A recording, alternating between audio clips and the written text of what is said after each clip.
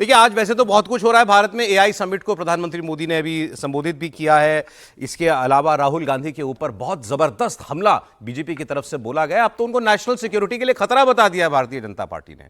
और दूसरी ओर मोहन भागवत जी ने जो बयान दिए थे कि घर वापसी करानी है मुसलमानों की और बाकियों की, और बहुत जल्द इस पर रफ्तार से काम करना है, इस पर एक बहुत खतरनाक बयान जमीयत उलेमा हिंद के अध्यक्ष मौलाना अरशद मदनी का आया है। वो भी मैं आपको दिखाऊंगा। इनफैक्ट मैं आज शुरुआत ही उससे करना चाह रहा था, क्योंकि मोहन भागवत ने जो कहा, पहली बात उन्होंने पहली बार नहीं कहा था।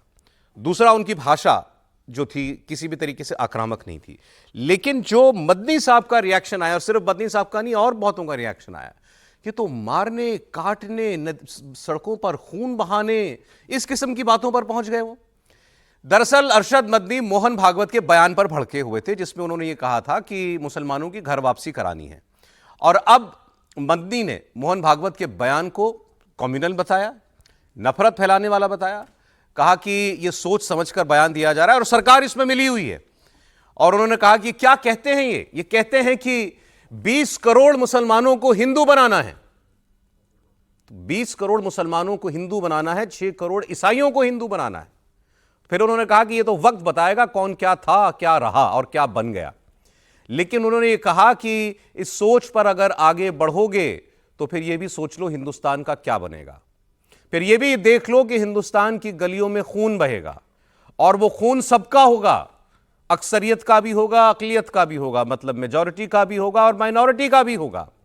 अरशद मदनी मोहन भागवत की बात पर, और वो मैं बयान अभी आपको सुनाऊंगा उनका, लेकिन उस पर इतने खून खराबे पर क्यों उतर आए, इन बातों पर क्यों उतर आए।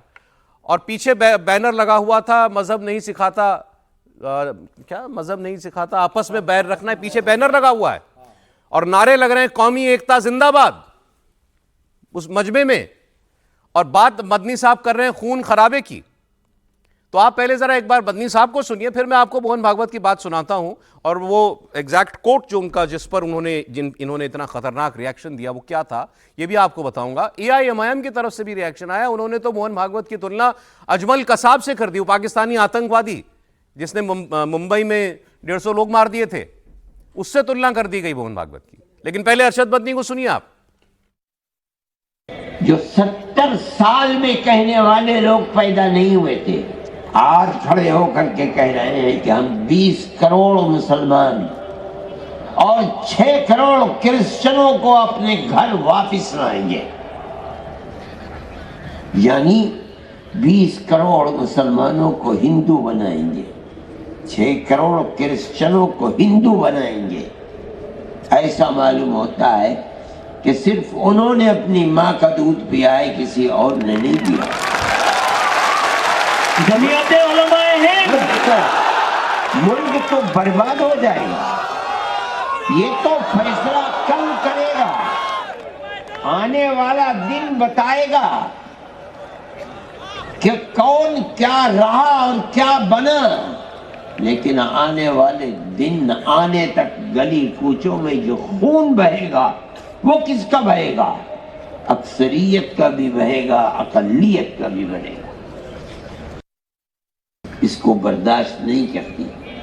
हम कहते हैं हर ऐसी आवाज जो मुल्क को तबाही, बर्बादी, बदअमनी, दुश्मनी की तरफ लेकर चलती है, वो आवाज मुल्क के गद्दार की आवाज है, मुल्क के वफादार की आवाज है।